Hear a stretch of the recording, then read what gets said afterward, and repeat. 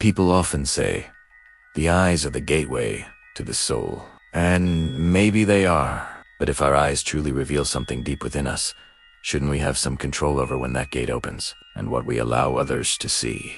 For the purposes of seduction, it helps to think of the eyes as something else. Not a window, but a pendulum used in subtle hypnosis.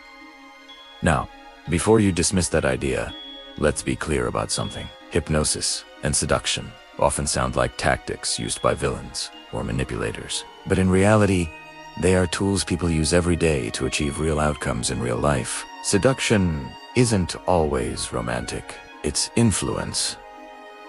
By definition, seduction is the act of drawing someone away from one set of thoughts, priorities, or behaviors, and guiding them toward another.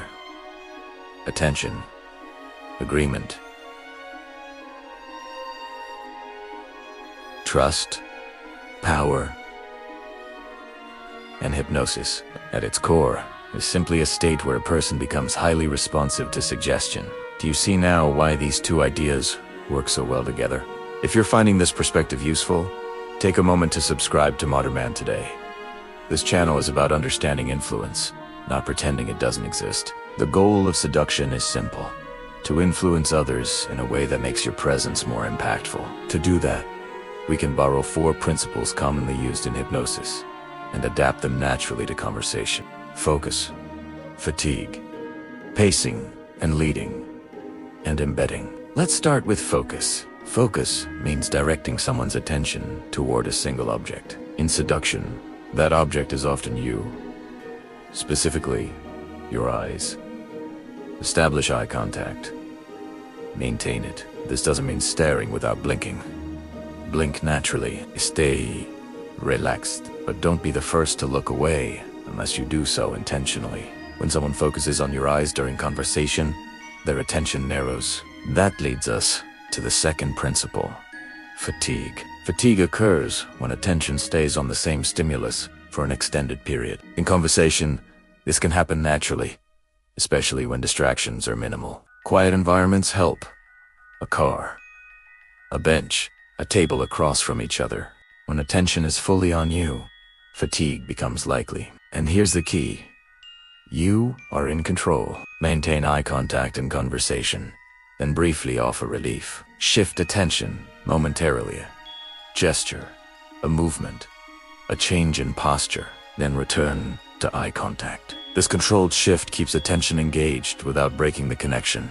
The third principle is pacing and leading. This means acknowledging what's happening in the moment and then guiding it forward. You might draw attention to someone's focus and turn it into a subtle compliment. You've been listening this entire time. You make conversations feel easy. In professional settings, the same principle applies. Eye contact, brief shifts of focus, then acknowledgement. You're making this conversation feel very welcoming. This increases comfort, awareness, and reset. Finally, embedding. Embedding is about subtlety. Instead of issuing demands, you frame your intentions through statements about yourself. Not, "You need to give me this," but, "I've really enjoyed working here, and I'm excited to grow." Not, "You need to commit," but, "I feel happier around you. I feel like I can count on you." These statements plant ideas without force. They create association.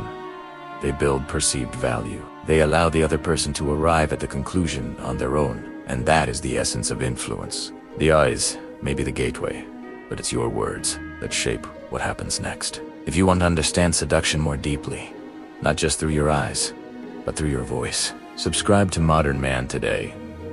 In the next lesson, we'll explore how vocal control amplifies everything you've learned here. Until then, remember this: watch where attention goes, guide it carefully, and never underestimate the power of subtlety.